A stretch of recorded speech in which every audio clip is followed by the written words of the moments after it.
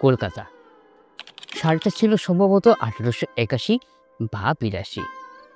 একটা রাত, এক সাধারণ বাড়িতে একটা যুবক তার জীবনের গভীর প্রশ্নের উত্তর খুঁজছিল।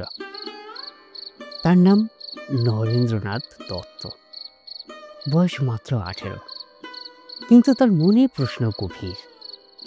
ঈশ্বর কি সত্যিই আছে? এই পৃথিবীর পেছনে লুকিয়ে আছে কি কোনো অসীম শক্তি? ব্রাহ্ম সমাজে তাকে শেখানো হয়েছিল ঈশ্বর নিরাকার, অস্পর্শনীয়। কিন্তু নরেন্দ্রের যুক্তিবাদী মনে সন্দেহ থেকে গেল। তিনি শহরের বিভিন্ন ধর্মগুরুর কাছে গিয়ে একই প্রশ্ন করতেন, আপনি কি ঈশ্বর দেখেছেন? সবাই এড়িয়ে যেতেন। প্রশংসা করেছেন, কিন্তু উত্তর মেলেনি। খুঁজতে খুঁজতে একদিন নরেন্দ্র এক অদ্ভুত মানুষের সন্ধান পেলেন। একজন পুরোহিত, যিনি কালী মন্দিরে ঈশ্বরকে দেখেছেন বলে দাবি করতেন। শ্রীরামকৃষ্ণ পরমহংস। তার সঙ্গে প্রথম সাক্ষাতের কথা এবার বলি। সুরেন্দ্রনাথ মিত্রের বাড়ি, এক ধর্মীয় সমাবেশ। শ্রীরামকৃষ্ণ সেখানে উপস্থিত ছিলেন গান শোনার জন্য। সেই মুহূর্তে নরেন্দ্রও সেখানে উপস্থিত। একজন প্রতিভাবান গায়ক হিসাবে তাকে গান গাইতে বলা হলো।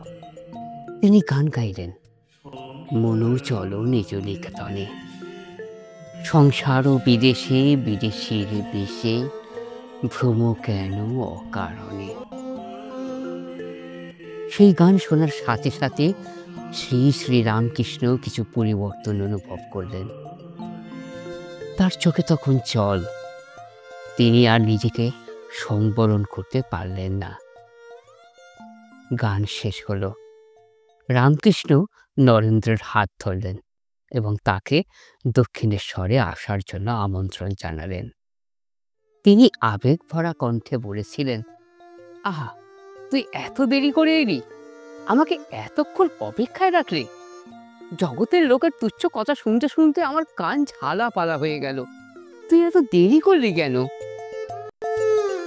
নরেন্দ্র অবাক, বিভ্রান্ত। কি ঘটছে এটা? এই পুরোহিত যা বলছে তা কি সত্যি, নাকি সবটাই? নরেন্দ্র এলেন দক্ষিণেশ্বরের মন্দিরে। তার মন জ্বলছিল প্রশ্ন নিয়ে। এবার তিনি সরাসরি জিজ্ঞেস করলেন, আপনি কি সত্যি ঈশ্বর দেখেছেন, অনুভব করেছেন? এই একই প্রশ্ন তিনি আগে ব্রাহ্ম সমাজের প্রধান নেতা মহর্ষি দেবেন্দ্রনাথ ঠাকুরকে করেছিলেন। মনে করিয়ে দিয়ে তিনি ছিলেন বিশ্বকবি রবীন্দ্রনাথ ঠাকুরের পিতা। তিনি কিন্তু এই প্রশ্ন এড়িয়ে গিয়েছিলেন। কিন্তু এখানে রামকৃষ্ণের উত্তর ছিল সোজা, আত্মবিশ্বাসী এবং অবিচল। হ্যাঁ, আমি ঈশ্বর দেখেছি। আমি তাকে তোকে যেভাবে দেখছি ঠিক সেভাবেই দেখি, তার চেয়েও আরো স্পষ্ট। নরেন্দ্র নিঃশ্বাস ফেলেছিলেন। এই শব্দগুলো, এগুলো সাধারণ শব্দ তো নয়। এখানে গভীরতা আছে, শক্তি আছে, সত্যতা আছে। শ্রী শ্রীরামকৃষ্ণ বলতে থাকলেন, ঈশ্বরকে দেখা যায়, তার সাথে কথা বলা যায়, কিন্তু কে তাকে দেখতে চায়? মানুষ তার স্ত্রী, সন্তান, সম্পত্তির জন্য হাজার হাজার অশ্রু ঝরায়, কিন্তু ঈশ্বরের দর্শনের জন্য কে কাঁদে? যদি কেউ সত্যিকারের আবেগ নিয়ে কাঁদে, কাতর হয়ে কাঁদে, তাহলে নিশ্চিত তাকে ঈশ্বর দেখা দেবেন। এরপর থেকে নরেন্দ্র প্রায়শই দক্ষিণেশ্বরে যেতে শুরু করেছিলেন। এই মানুষটির আকর্ষণ ছিল অপ্রতিরোধ্য। একদিন যখন তিনি শ্রী শ্রী রামকৃষ্ণের সাথে কথা বলছিলেন, হঠাৎ রামকৃষ্ণ তার ডান পা দিয়ে নরেন্দ্রর বুকে স্পর্শ করলেন এবং তখনই সব কিছু মুছে গেল নরেন্দ্রর চোখ থেকে। নরেন্দ্রর বিবরণী শোনা যাক। আমি যা অনুভব করেছিলাম তা ব্যাখ্যা করতে পারি না। পুরো পৃথিবী অদৃশ্য হয়ে গেল। মন্দির, দেওয়াল সবকিছু মিলিয়ে গেল। আমি অনুভব করেছিলাম আমি ডুবে যাচ্ছি অসীমতার গভীরে। ভয় পেয়ে, আতঙ্কিত হয়ে নরেন্দ্র চিৎকার করে বেরিয়ে এসেছিলেন, আপনি আমার সাথে কি করছেন? আমার বাড়িতে বাবা, মা, ভাই, বোন আছে। রামকৃষ্ণ হেসেছিলেন এবং তার পা সরিয়ে নিয়েছিলেন। ঠিক আছে, ঠিক আছে, সময়ে সব কিছু ঠিক হবে। কিন্তু নরেন্দ্র যা অনুভব করেছিলেন তা তার মনে সারা জীবনের জন্য খোদাই হয়ে গিয়েছিল। নরেন্দ্র এখন নিয়মিত দক্ষিণেশ্বরে আসতে শুরু করেছিলেন, কিন্তু তখনও তিনি পরীক্ষা চালাচ্ছিলেন। একবার রামকৃষ্ণ যখন ঘরে নেই, নরেন্দ্র তার বিছানার নিচে একটি রূপার মুদ্রা লুকিয়ে রাখলেন। তিনি দেখতে চেয়েছিলেন যিনি অর্থের প্রতি এত বিমুখ সত্যিই কি তিনি ভান করছেন নাকি। রামকৃষ্ণ ঘরে ঢুকে বিছানায় বসার চেষ্টা করলেন, কিন্তু তাৎক্ষণিকভাবে ব্যথা পেয়ে উঠে দাঁড়ালেন, যেন তিনি কোনো উত্তপ্ত লোহার ওপর বসেছিলেন। তিনি সেই মুদ্রাটি খুঁজে বের করলেন এবং বললেন, কি এটা রেখেছে? রূপোর মতো দূষণকারী জিনিস এই শরীরের কাছে আসতে পারে না। নরেন্দ্র বুঝলেন এটা কোনো অভিনয় নয়, এটা তার প্রকৃত প্রকৃতি। আর একবার নরেন্দ্র রামকৃষ্ণকে বলেছিলেন যে তিনি কালী মূর্তি পুজো করতে পারেন না, কারণ তিনি কালীকে বিশ্বাস করেন না। রামকৃষ্ণ বলেছিলেন, তাহলে তুই এখানে কেন আসিস? তুই কি কালী মানে আমার মাকে ভালোবাসিস না? নরেন্দ্রর উত্তর ছিল সরল এবং হৃদয়গ্রাহী, আমি আপনাকে ভালোবাসি তাই আসি, আপনার ভালোবাসার জন্যেই আমি এখানে আসি। এই নিঃস্বার্থ ভালোবাসাই রামকৃষ্ণের মন জয় করেছিল।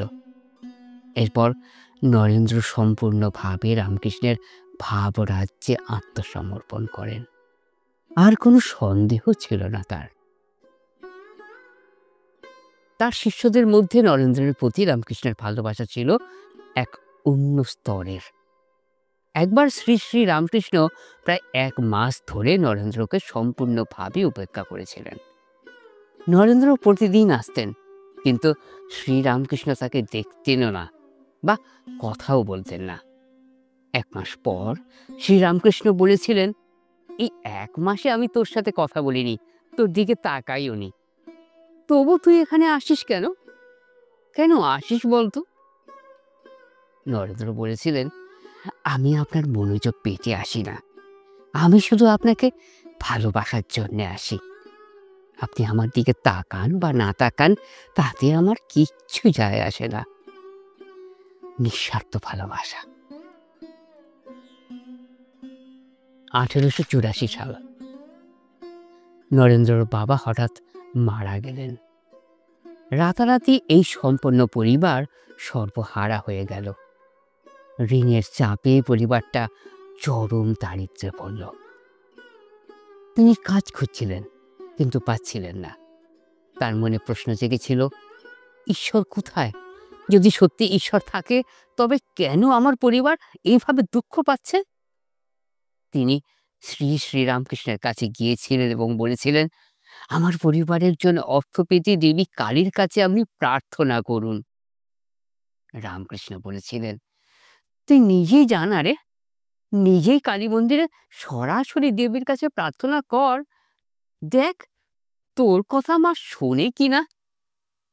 নরেন্দ্র 3 বার মন্দিরে গিয়েছিলেন। প্রত্যেকবারই যখন প্রার্থনা করার সময় হলো, নরেন্দ্র অর্থের জন্য কিছু বলতে পারলেন না। তার মুখ থেকে একটা শব্দ পর্যন্ত বেরোলো না। তার বদলে এক অদ্ভুত প্রার্থনা তার ঠোঁট থেকে উচ্চারিত হলো, হে মা দেবী, আমাকে জ্ঞান, বৈরাগ্য এবং ভালোবাসা দাও, আমাকে ঈশ্বর দর্শনের জন্য চোখ খুলে দাও। তৃতীয়বার ফিরে এসে শ্রীরামকৃষ্ণকে তিনি সব বললেন। রামকৃষ্ণ হেসেছিলেন এবং নরেন্দ্রকে কাছে টেনে নিয়েছিলেন। তিনি বলেছিলেন, এটাই তো আমি চেয়েছিলাম রে, এটাই প্রকৃত পরিপক্কতা। 1885 সালের দিকে শ্রী শ্রীরামকৃষ্ণ গলায় ক্যান্সারে আক্রান্ত হন। নরেন্দ্র এবং তার অন্যান্য শিষ্যরা তাকে কাশীপুর উদ্যান পার্টিতে নিয়ে গিয়েছিলেন। সেখানে তারা রামকৃষ্ণের সেবা করেছিলেন। একদিন শ্রীরামকৃষ্ণ সমস্ত শিষ্যদের ডেকে বললেন যে এবার থেকে তারা যেন ত্যাগ ও সেবার জীবন শুরু করে, এবং নরেন্দ্রকে তাদের নেতা হবারও পরামর্শ দিলেন। তিনি নরেন্দ্রকে এবং অন্যান্য শিষ্যদের গৈরিক বস্ত্রও দিয়েছিলেন। তার সেই বিখ্যাত উক্তি, জীবে দয়া নয়, শিবজ্ঞানেই জীবের সেবা, পরবর্তীকালে নরেন্দ্রের কণ্ঠে বিশ্ববাসী শুনেছে। জীবে দয়া নয়, জীব সেবার আহ্বান। দরিদ্র দেব ভাবা, মূর্খ দেব ভাবা, আর্ত দেব ভাবা, শিবগায়নে জীব সেবা। মৃত্যুর 2 দিন আগে নরেন্দ্র রামকৃষ্ণের পাশে ছিলেন। নরেন্দ্রর মনে একটা বিশেষ সন্দেহ জেগেছিল, এই মানুষটি কি সত্যি ঈশ্বরের অবতার? এটি কি সত্য? সেই মুহূর্তে শ্রীরামকৃষ্ণ বিছানায় শুয়েছিলেন। হঠাৎ তার ঠোঁট নাড়ল, চোখ খুলল। তিনি ফিস ফিস করে বললেন, যিনি অতীতে রাম ছিলেন, যিনি কৃষ্ণ ছিলেন, এখন সেই একই সত্তা এই শরীরে রামকৃষ্ণ হিসেবে আছে। 16ই আগস্ট 1886 ভোরবেলা শ্রীরামকৃষ্ণ তার শিষ্যদের শেষ শিক্ষা দিয়েছিলেন, এবং তারপর তিনি 3 বার উচ্চস্বরে কালীর নাম নিয়েছিলেন, কালী কালী কালী। এবং তারপর তার চোখ স্থির হয়েছিল। তার মুখে এক অপূর্ব শান্তির হাসি ছিল। শ্রীরামকৃষ্ণ পরমহংস মহাসমাধিতে প্রবেশ করেছিলেন। এখন আর তার কোনো সন্দেহ ছিল না। সেই দিন থেকে নরেন্দ্র সেই ভালোবাসা, ত্যাগ এবং সত্যতার শিক্ষা গ্রহণ করলেন এবং স্বামী বিবেকানন্দ হয়ে উঠলেন। তিনি সারা পৃথিবীতে ছড়িয়ে দিয়েছিলেন রামকৃষ্ণের বার্তা, প্রতিটি দেশে, প্রতিটি মানুষের কাছে।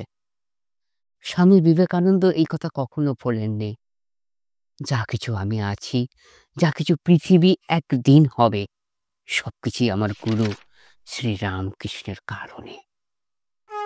জয় শ্রীরামকৃষ্ণ। প্রণাম স্বামী।